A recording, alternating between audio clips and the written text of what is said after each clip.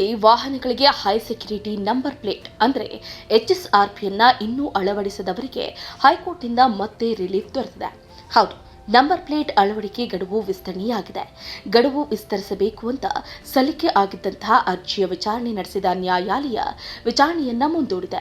ಜೊತೆಗೆ ಗಡುವು ಕೂಡ ವಿಸ್ತರಣೆಯಾಗಿದೆ. ನ್ಯಾಯಮೂರ್ತಿಗಳಾದಂತಹ ಕೆ. ಕಾಮೇಶ್ವರ ರಾವ್ ಮತ್ತು ಕೆ. ರಾಜೇಶ್ ರೈ ಅವರ ನೇತೃತ್ವದ ವಿಭಾಗೀಯ ಪೀಠ ಅರ್ಜಿ ವಿಚಾರಣೆಯನ್ನ ನಡೆಸಿದ್ದು ನವೆಂಬರ್ 20ಕ್ಕೆ ಮುಂದಿನ ವಿಚಾರಣೆಯನ್ನ ಮುಂದೂಡಿಕೆ ಮಾಡಿದೆ. ಜೊತೆಗೆ HSRP ನಂಬರ್ ಪ್ಲೇಟ್ ಅಳವಡಿಕೆ ದಿನಾಂಕವನ್ನ ವಿಸ್ತರಣೆ ಮಾಡಿ ಅಂತ ಆದೇಶವನ್ನ ಪ್ರಕಟಿಸಿದೆ. ಈ ಹಿಂದೆ ಸಾರಿಗೆ ಹೊರಡಿಸಿದ್ದ ಸುತ್ತೋಲೆ ಪ್ರಕಾರ ಸೆಪ್ಟೆಂಬರ್ 15ಕ್ಕೆ HSRP ನಂಬರ್ ಪ್ಲೇಟ್ ಅಳವಡಿಸುವುದಕ್ಕೆ ಕೊನೆಯ ದಿನವಾಗಿತ್ತು. HSRP ಅಳವಡಿಕೆ ಸಂಬಂಧಿಸಿದ ಅರ್ಜಿ ಹೈಕೋರ್ಟ್ನಲ್ಲಿ ವಿಚಾರಣೆ ಹಂತದಲ್ಲಿ ಇರುವುದರಿಂದ ಸೆಪ್ಟೆಂಬರ್ 15ರ ಗಡುವಿನ ಬಳಿಕವೂ ನಂಬರ್ ಪ್ಲೇಟ್ ಅಳವಡಿಸದವರ ವಿರುದ್ಧ ಬಲವಂತದ ಕ್ರಮವನ್ನ ಕೈಗೊಳ್ಳುವುದಿಲ್ಲ ಅಂತ ಕರ್ನಾಟಕ ಸಾರಿಗೆ ಆಯುಕ್ತ ಯೋಗೇಶ್ ತಿಳಿಸಿದರು.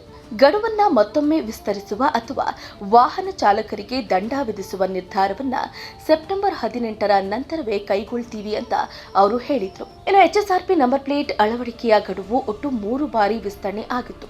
2019ರ ಏಪ್ರಿಲ್ 1ರ ಮೊದಲು ನೋಂದಾಯಿಸಲ್ಪಟ್ಟ ವಾಹನಗಳಿಗೆ HSRP ಕಡ್ಡಾಯಗೊಳಿಸುವ ಅಧಿಸೂಚನೆಯನ್ನ 2023ರ ಆಗಸ್ಟ್ನಲ್ಲಿ ಸಾರಿಗೆ ಇಲಾಖೆ ಪ್ರಕಟಿಸಿತ್ತು. ಮೊದಲಿಗೆ 2023ರ ನವೆಂಬರ್ 17ರ ಗಡುವನ್ನು ನಿಗದಿಪಡಿಸಲಾಗಿತ್ತು. ನಿಧಾನಗತಿಯ ಅಳವಡಿಕೆಯ ಕಾರಣ ಆ ನಂತರದಲ್ಲಿ ಗಡುವನ್ನು 3 ಬಾರಿ ವಿಸ್ತರಿಸಲಾಗಿತ್ತು.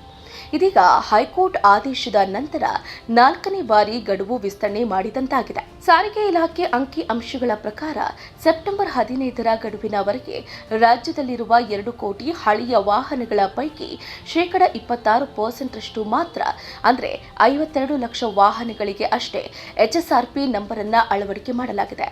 ಡೆಡ್ಲೈನ್ ನಂತರ HSRP ನಂಬರ್ ಪ್ಲೇಟ್ ಇಲ್ಲದೆ ಸಂಚರಿಸುವ ವಾಹನ ಮಾಲೀಕರಿಗೆ ₹500 ದಂಡ ವಿಧಿಸುವುದಾಗಿ ಸಾರಿಗೆ ಇಲಾಖೆ ಹೇಳಿತ್ತು. ಸದ್ಯ ಹೈಕೋರ್ಟ್ ಆದೇಶದಿಂದಾಗಿ ವಾಹನ ಮಾಲೀಕರು ದಂಡದಿಂದ ಬಚಾವಾಗಿದ್ದಾರೆ. ಕರ್ನಾಟಕದಲ್ಲಿ ವಾಹನಗಳಿಗೆ ಹೈ ಸೆಕ್ಯೂರಿಟಿ ನಂಬರ್ ಪ್ಲೇಟ್ ಅನ್ನ ಇನ್ನೂ ಅಳವಡಿಸದವರಿಗೆ ಹೈಕೋರ್ಟ್ನಿಂದ ರಿಲೀಫ್ ದೊರೆತಿದೆ. ನಂಬರ್ ಪ್ಲೇಟ್ ಅಳವಡಿಕೆ ಗಡುವು ವಿಸ್ತರಣೆ ಆಗಿದೆ.